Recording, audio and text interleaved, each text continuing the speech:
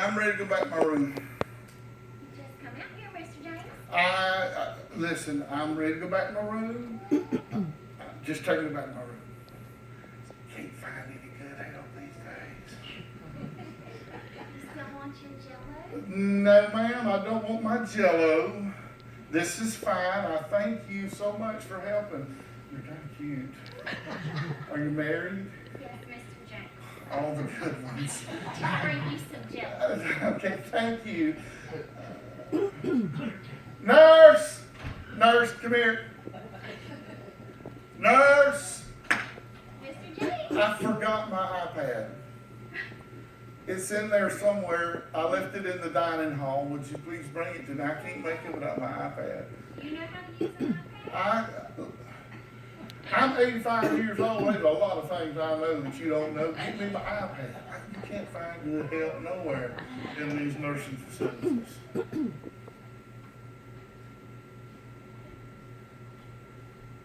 Thank you so much. Yes, sir. You just let me know, and I'm sure you will if you need anything Yes, else. I will. I'll let you know. I'm so glad y'all came to see me at the nursing home. Glad you're here. It's been a long time since I've seen some of y'all. Some of y'all from Mount Pleasant, I can tell. That's the last church I ever pastored, and I really enjoyed it. And I appreciate you coming to visit, but I want you to know you can't stay long because my grandson's going to come take me home for Christmas to the home place. This being Christmas Eve, I know you're doing a good thing coming out and visiting and all, but I'm going home for Christmas. You know, that 20 acres of swampland that I was raised up on as a boy, my son Alex, he bought it and put up a home there, and now his son, my grandson, is going to come get me, and his son. So my grandson and my great-grandson going to come get me and take me home for Christmas.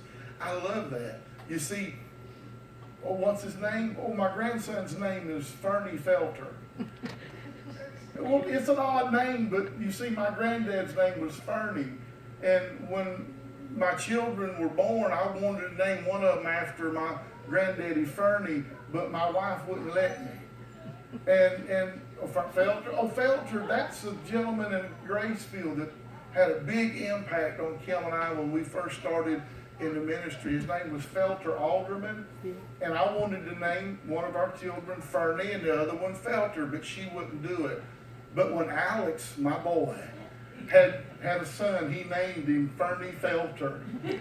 And then when Fernie Felter had a youngin', he named him Felter Fernie. So I was able to get, I was able to get my promise taken care of. I appreciate that. It worked out that way. And Hannah, she's doing great. She lives in Black, Alabama, and her husband got fat in a hurry. And Hannah didn't get much, she had a baby, if y'all remember, way back when I was at Mount Pleasant pastoring. She had our first grandchild, and she got big as a horse. And you know something? After she had that baby, she never got skinny again. She just kept getting bigger and bigger and bigger. It was something else. You should see her. She's a big old girl. But she's doing well. Sister Kim, you wondering where Sister Kim is? Sister Kim's right here with me. Nurse! Your Jello, I know. No, I don't want no Jello. It's orange. It tastes just like a diet. Thank you. I appreciate it. You got a fresh round. Would you go get Sister Kim for me, please? Mr. James, can't you let Sister Kim just rest in peace? No, just bring Sister Kim. The folks want to see her. Yes, sir. It's so hard to find good help in these nursing facilities. You just never can tell. Thank you so much.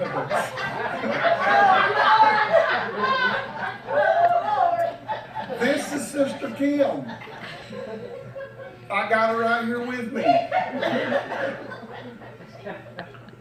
Well, what happened was on our 50th wedding anniversary, I gave her a present. And she always loved Jason Crabb. So I got her tickets with a backstage pass to see Jason Crabb in Dothan, Alabama. And it was amazing. She was so happy because she was finally going to meet her hero. She was his #1 fan. But now she was getting on up in age too. Well, we got to the Civic Center and got to go backstage, and she saw Jason Crabb, and she ran up to him just hollering and screaming and latched on and hugged him around the neck and died right there. Her fingers had locked around his neck and they couldn't get her off of him. Poor old Jason Crabb had to get on stage to sing that night with my wife hanging around his neck. Somebody said they don't believe this is Kim. If you don't believe it, you can see the black hair dye right through there. But I love you, Sister Kim. You know, life without her was hard. I retired from ministry after Sister Kim, and I tried dating. I really did. Back when I got into my early 80s, I asked Sister Charlene for a date, and she turned me flat down. She said I was too young for her. But I tried. Well, Sister Charlene's doing good. She really is. She's in this same nursing facility. If you get quiet every now and then, you can hear her. Listen. You hear her? She's by her singing. She just sings up the storm while she's here. She's awesome. Alex and Heather Nelson, what happened to them? I remember after I left, they really loved what his dad was doing with motorcycles, and they bought 2 Harleys and they joined the Hellfighters Club, and they have been all over the United States just doing awesome. Brother Hugh, man, he's still alive. He's a little over 100 years old now. And Bill Gaither heard him play the piano one night and hired him on the spot to play Christmas carols all over the country. He's got a DVD out. You need to get it to that dog. I didn't think it was that funny. His son, Si, awesome young man, got a beautiful family. He's getting on up there in age, though. He's in his 70s, but he got addicted to deer hunting. Bought 110 acres of swampland, and Rachel got tired of him being gone so long, so she got on to him and said, "You just gonna have to do something about this." So he built her a 3-bedroom, 2-bath deer stand. She loves the view, and he never has to leave the house. He still ain't killed a deer. Brother Al, I love my brother Al. He's a sweet man. He's still kicking, just not as high. He got hired at Walmart to be a greeter, but they fired him because he kept hugging everybody. I'm telling you. Mount Pleasant has done great. They built a new church toward my end there. Big, nice church filled with people, but something mysterious happened when they were moving the song books from the old building to the new church. Page 10 went missing.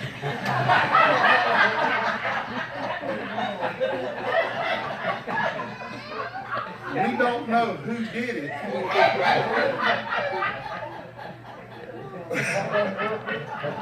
But some folks think it was Charlene.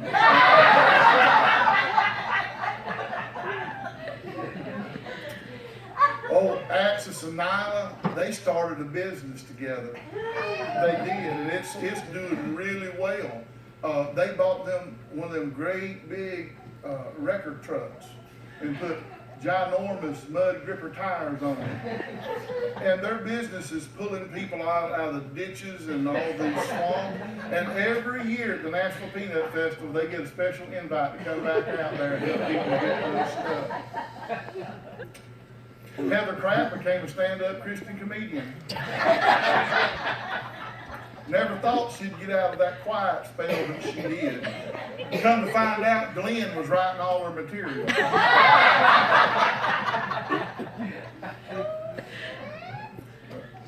Brother Elvy's doing well.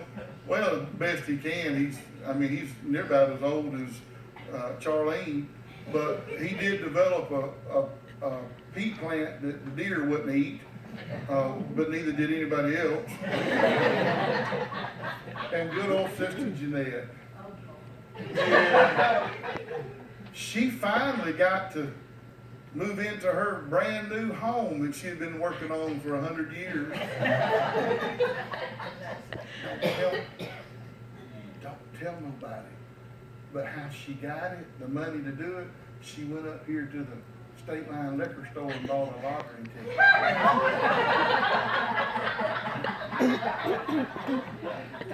Her husband wanted to buy more cows, but she said, no, we're moving into the new house. Again, I appreciate you folks for coming out and visiting, but remember, you can't stay long. As soon as Fernie Felter gets here, I'm leaving, and I'm gonna get to go home for Christmas. I hadn't got to go home in a long, long time. And what you folks, some of you youngins don't understand, those of you that are in your 60s, you don't understand what real Christmas was like growing up. I can remember as a boy learning about Santa Claus and trying to figure out how in the world did Santa Claus come to my house when we didn't have a chimney. All we had was a stove pipe. Mama said, don't worry about it. Don't worry about it at all. It'll be okay. I remember as a little boy, at Christmas time, all the kids talking about watching Rudolph the Red-Nosed Reindeer on TV and Frosty the Snowman. I never got to watch those shows because every time they come home, Daddy was home. And he'd say, change the channel. So I never got to watch Rudolph until I was 23 years old. It's a pretty good movie. First carol I ever learned, my mama taught me. I got in trouble for singing it at school. It wasn't right. I didn't know it wasn't right. But my mama said, so you want to sing a Christmas carol? She said, sing this one. And she said, hark the hair-lipped angels sing. And I went to school. I ain't done that. That's true. That's right. She actually did that. That's not a joke. And I remember going to school and singing that in the first and second grade, and I got a whooping at school for singing that song. Thanks a lot, Mom. I remember I did get to go to church a time or two. Granny would make us go at Christmas time, and they always had a Christmas play for us little kids. But I always ended up being a sheep. I got tired of that in a hurry. Folks would make fun of me because my name was Lamb. Oh, I remember going and getting the Christmas tree. See, you folks just put yours up. You stick the limbs in there, but no, when I was growing up in the woods, we would walk down the railroad track. And every year we'd cut down a tree, which I didn't know then, but I know now was illegal because it wasn't on our property. And you just don't, Christmas trees aren't free. And one time I remember we'd gotten to where we had moved out so far that there weren't any more trees really good within walking distance on the railroad track. And one December, early December, me and Daddy went squirrel hunting. We went deep into the woods and we killed a mess of squirrel. We come up on this Christmas tree and Daddy said, boy, that'd make a nice Christmas tree, wouldn't it? I said, it sure would, but we don't have an axe to cut it down. He said, that's all right. He lowered that 12 gauge to the base of that tree and he shot her down. That's the longest trip I ever had, dragging a Christmas tree through the swamps. Got home and he nailed it to a wooden stand, and you know how they did back then. It was never a perfect tree. There was always a side to it that was kind of hollow. And we'd fix that thing by putting the hollow end or side into the corner of the wall. Oh, it was beautiful. And the smell of that tree was terrific. And then we'd pull out the tinsel. You don't do tinsel anymore? Tinsel, you'd pull that out and it'd be just strings of silver. And it'd catch your finger if you pulled on it too hard, getting it from your sister's hands. And we would just chunk it on the tree and see which one of us could get the most tinsel on the tree. It was amazing. It was beautiful. And then you went and put those lights on that tree. And these were the lights, and see, we were poor, we didn't have lights that blinked. And they had the ginormous bulbs on it. And if one bulb went out, the whole tree went out. And we'd decorate that tree with those bulbs, and then we'd get that ugly angel that was in the box. And somebody'd get on a stool and put the angel on top. And every year that angel got more troubled and more troubled because it was. And then we had those ornaments we hung on there that, you know, nowadays they brag that they got ornaments that you can't break. Well, they didn't have them back then. And every now and then, about once or twice, hanging them up, they'd come off there and break on the floor and just scatter everywhere. It was a mess. It was fun. And I can remember plugging and unplugging the lights on the tree. One year we had an incident, though, because we used the same lights every year. And after we decorated the tree, Mama had already plugged it in and then got ready to go to bed. Mama said, "Unplug the tree, boy." And I reached up underneath that tree to get a hold of the plug to pull the plug out. What I failed to understand is that we had rats, not mice, in our home. And those rats had eaten. You know where I'm going, don't you? They had eaten the insulation off the wire, and I reached up underneath there, and I had my finger touch that naked wire. Oh! Every light in the tree went out, including me. I mean, and to this day, I don't plug a tree in or unplug one until I check, make sure the rats hadn't chewed the insulation off of it. Oh, those were times. Went to school, and Miss Hawkins would have us string popcorn and hang it on her fake tree in the classroom. It was awesome. I remember getting on the bus and riding home. Can't wait to get home and tell Mama what I learned in school today. And I went in and said, Mama, we hung popcorn on a string and laid it on the tree. She said, "That's great." And I said, "Can we do it here?" She said, "Are you crazy? The rats had eaten off the tree before the night was over with." So we never got to put it on the tree. Presents. Oh man, presents on Christmas Day. It was amazing. Our bus driver, Robert Lewis, on the last day of school, would open up a big box of apples. And we'd get a big red apple when we got off the bus. And I remember as a boy, up till I learned the truth about Santa Claus, I anticipated, couldn't wait. And we'd get socks, underwear, ABBA t-shirts, Husky jeans from Sears.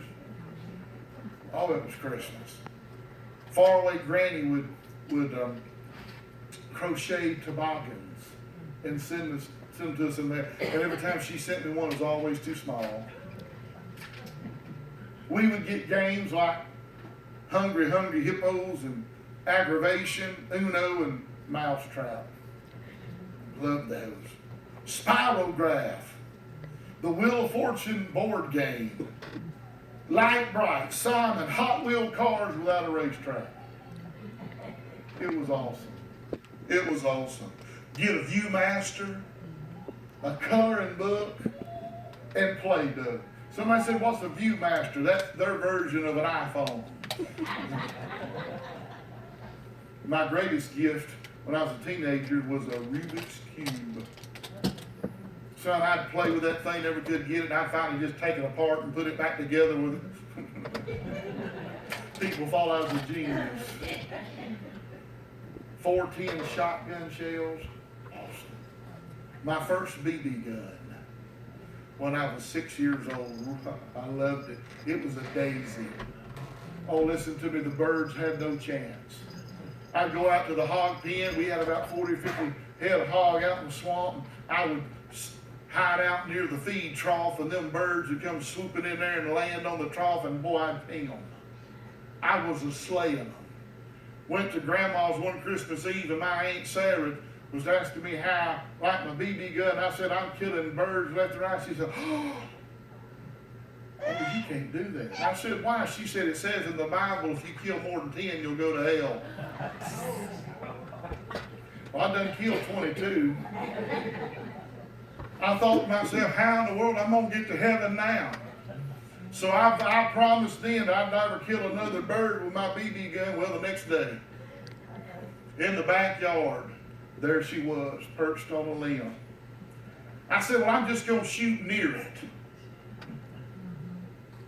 I was a better shot than what I thought. That bird dropped down dead. I ran to it, got on my knees, and begged God to forgive me. I want to know something. Why is it you old folks want to lie to little kids about what's in the Bible?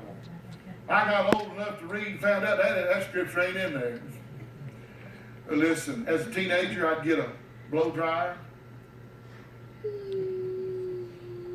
aqua velvet, and then English leather. Christmas was cool. And the reason Christmas was cool is because it was always spent with family. I remember the truth of, when you talk about the truth about Santa Claus and all those things, I can remember being poor, though you were sometimes embarrassed. Because when you got back to school, in the 4th grade, Miss Hawkins would say, everybody stand up. We'd stand up. And she'd go down the line and say, tell us what you got for Christmas. Well, I didn't want to tell them I got Hanes and socks. And I'd hear these children in front of me talking about they got a go-kart. I didn't even know what that was. A walkie-talkie, had never seen one. A G.I. Joe, I knew what that was. And they'd go through that line telling what all they got, and when it got to me, I'd stand there just as proud as ever and say, I got a go-kart, I got a walkie-talkie, I got a G.I. Joe. And the wonderful thing about lying back then is that we were so far away from all the other kids, nobody ever came to my house, so they never knew. Edsel Erkin asked me one day, said, well, bring your G.I. Joe to school. I can't, my mama would whoop me if I did. That was it. That was Christmas. Mama told me the truth about Santa Claus, and I was so disappointed, but yet relieved. Because I had behaved so well, and my return for behaving so well always seemed to be unnoticed.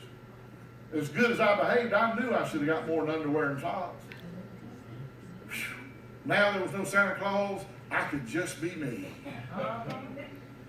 Mama would whoop out the Western Auto catalog, and she'd say, you can pick out your Christmas gift on this page at this corner, and here's the two you can choose from.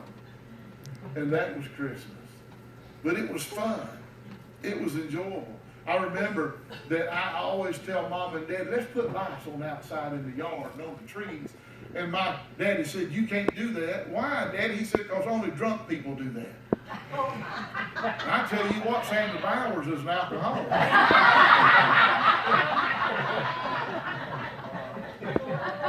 I kid you not, I believed y'all until I was near about full grown that all of Holmes County was filled with drunks. Hartford had more drunks than anybody. That's what I believe. Christmas was simple and it was great and it was fun. And the great thing about it is I get to go home. I'm going to get to go home for Christmas because old Fernie Felter's going to come get me. It won't be the same without Mom and Daddy, but it's still home for Christmas. Because you see, as a minister, life gets lonely, especially when your wife, well, she's here, but really not. I miss her.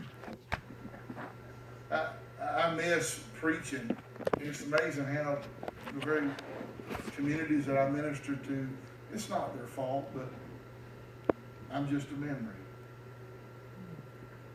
They don't know who I am. It's lonely in this place sometimes. Of course, when you got old Nurse Mayhem taking care of you, sometimes it could be fun. I miss seeing my friends and my family. I miss seeing all those people that smiled at the churches where I pastored. Even the ones who didn't smile, I miss them. But see, that's part of life. You live and you live and you live, and eventually it's time to turn that over to somebody else. I've gotten used to Christmas without a tree and without the splendor music, Christmas music that gets played around. But I'm just waiting. I'm waiting because Fernie Felder's going to come get me.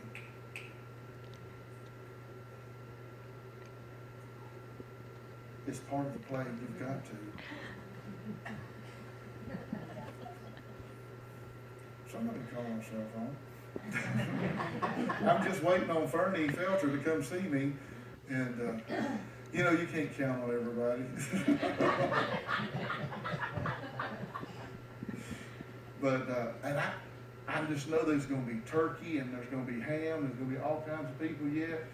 Just get away. I got this. I'm sorry, Mr. James, but the grandson will pay for the Well, you sure? I'm sorry, they just called. What did he say was wrong? Car trouble. Well, he's got a truck. I can ride in the back. Well, Really, he's not coming. to be honest, weather, we're gonna have a good time here, and we just need rest, and I'm so sorry. I know you were excited about going. I appreciate it, nurse. Try to get some rest. Appreciate y'all coming and seeing me. And don't worry, it'll be all right. There's always next Christmas. You know, they tried. Y'all just see yourself out. I'm gonna take me a nap and it'll be okay. I'll have orange Jello in the morning.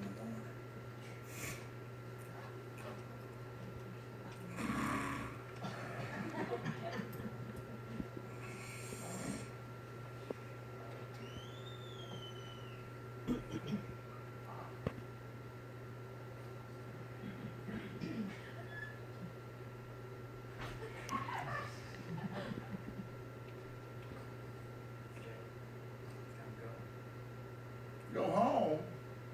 Well, Fernie said he wouldn't come. Wait a minute. Who are you? Stand up. I hadn't walked in 20 years. I can't walk. We're going home. I'm going home for Christmas. Hold this.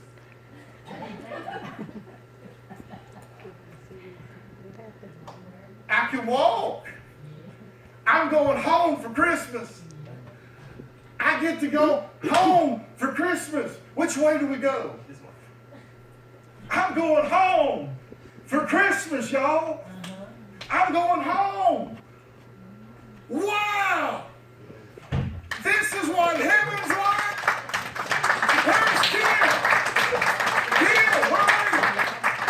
Oh no, she didn't make it. Oh no, there she is. Get out of the way. There's Kim. Yay! Wait a minute. There's the Lord. Hallelujah. I've made it home for Christmas. I made it home.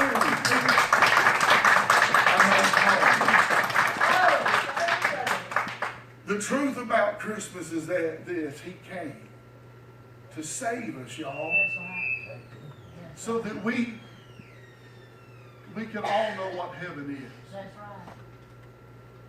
We don't know how many people sit in a wheelchair alone every Christmas Eve, just knowing that somebody may come and they never do. But I may never get to spend another Christmas Day in Northeast Holmes County, where I was raised.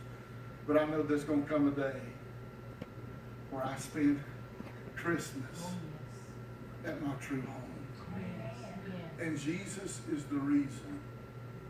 For the Bible said that His name shall be called Jesus, for He shall save His people from their sins. This morning, are you ready? Are you ready? Are you ready? If Jesus would come now, are you ready? Brother, go to the piano.